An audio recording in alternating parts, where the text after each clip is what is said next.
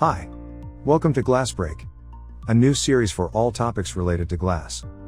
Take a break from the busy day and join us as we watch amazing art come to life. Hi everyone, thanks for joining us on this week's episode of Glass Break. We have the Hot Shop team here. Gabe Feenan, Ben Cobb, Sarah Gilbert, and Nick Davis. Gabe is the lead gaffer on today's project. Last week's piece featured a really cool pattern called Reticello. This week we wanted to continue looking at patterns, and so we're going to take a look at Murrine. To help explain what Murrine is, we've asked our Hot Shop MC, Walt Lieberman, to give us an explanation. Murrine are basically little mosaic glass tiles. We lay the pattern out on a ceramic shelf. We fuse it together, and then we roll it up into a tube. We'll close the end of that tube, and then we can blow it up into anything we want. Right on. Thanks, Walt. That was helpful. And also, for anyone who doesn't know, Walt's the one that does all the cool chalk drawings that we use for illustrations here.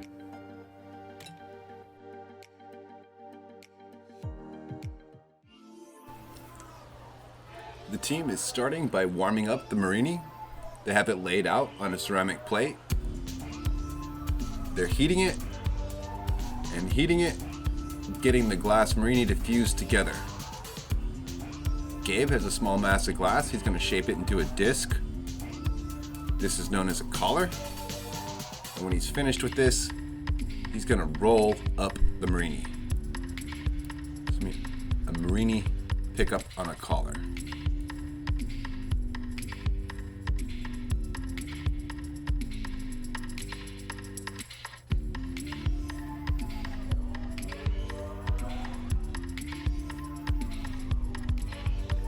Sarah's going to give it a little flip there.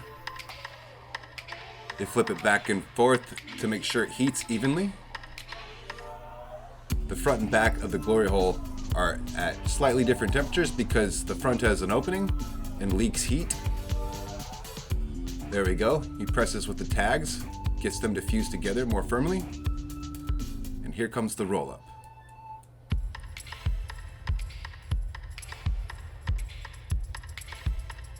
Nice. They dust off a little bit of kiln wash that was on the shelf. It helped keep the Murrine from sticking to the plate. And they do need to bring that seam together.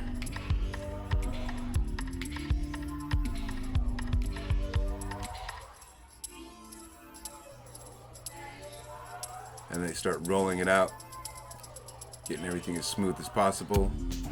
You're going to keep heating, rolling, pressing and squishing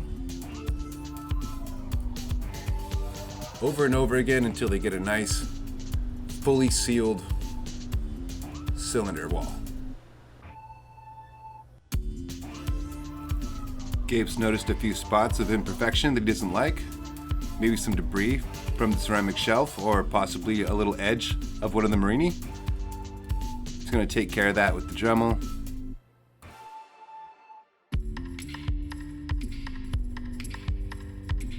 You can actually see it's looking shiny on the outside now. It's very smooth. Things are starting to be really nice and fused together, so they're going to drop what's known as a cookie. Just a little dollop of glass, and it's going to help seal the end of the piece and create an enclosure. He picks up the cookie.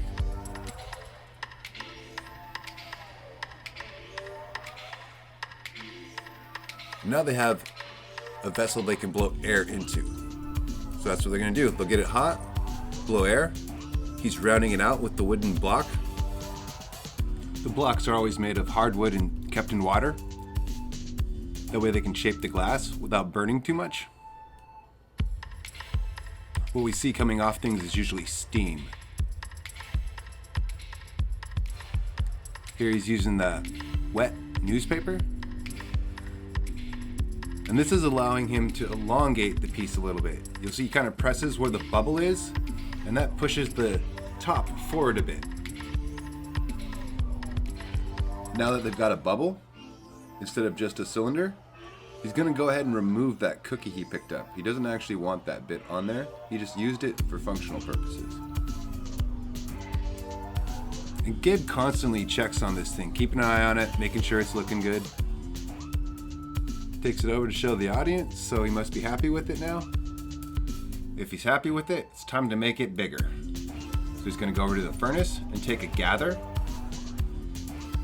He goes in with his pipe, turns it around, and the glass collects.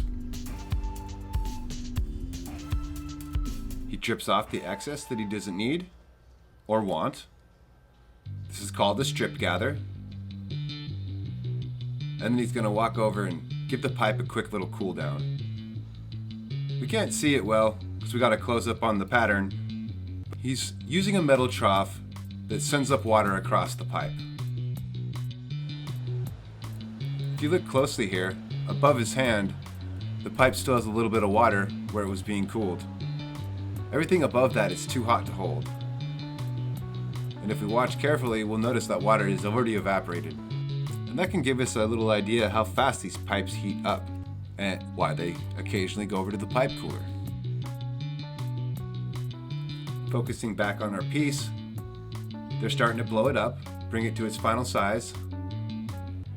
Gabe grabs his jack and cuts in a jack line.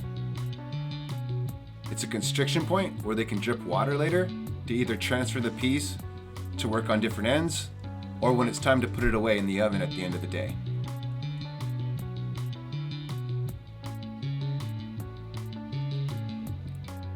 Ben uses the wooden paddle. It's helping block some of the heat from coming back against Gabe's arm. Sarah's blowing, and Gabe is using the newspaper to push some of that air around and elongate the bubble.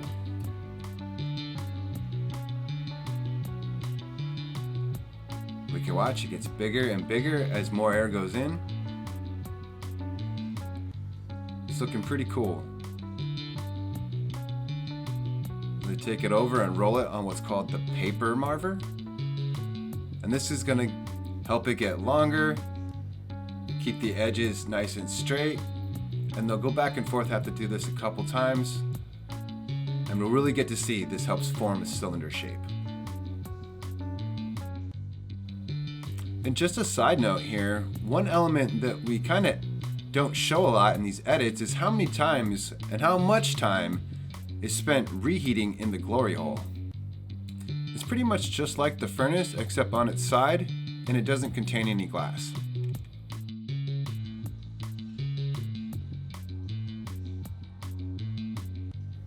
They're combining the wooden paddle with the paper marver, and this helps making the end flat. Hold it firmly in place, and he'll press up against it occasionally as he rolls.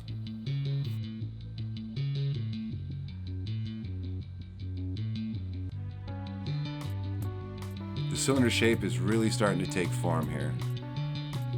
They're going to continue making a nice clean edge, continuing to use the wooden paddle, but now it's in conjunction with the jacks instead of the paper marver. The bottom of the piece is now looking really good. He's going to mark it. They're going to attach a punty, which is similar to a blowpipe except no air travels through it. They'll make sure the connection is nice and secure. Drop some water on the jack line he put in earlier. Pop it free. Take it back to the glory hole and begin to heat. Gabe double checks, making sure everything's still on center. Starts inspecting the edge. Got it nice and hot. He's going to use some metal crimps to pull and stretch out the end of the glass. Then watch this. He's going to trim this off. And if you remember, you might have noticed he used a piece similar to the one that they cut just now to mark where he placed the punty earlier. See? And they cut out that thick part of the glass because they want it to be a little bit thinner at the top. A heavy base is good. That'll help it stay weighted to a table. The top, though, they want it to be a little bit thinner. Over on the right of the shop, Sarah is warming up a color cup. they're going to attach it to the vase. This is a process known as encalmo, and it means to graft. So essentially, they just grafted a color cup onto the Murrine vase. And this is going to give it a nice bordered top.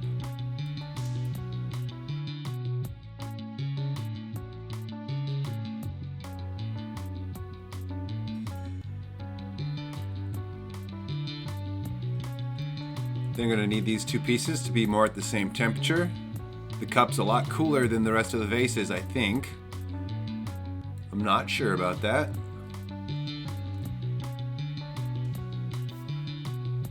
But notice here, look at the end, look at the color. They're going to continue to heat. And look closely again when they come out for the second time. We'll notice it's glowing much brighter orange.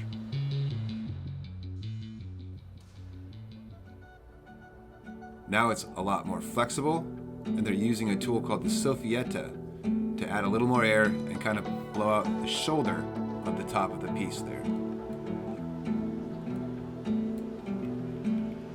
This is getting really close to finished.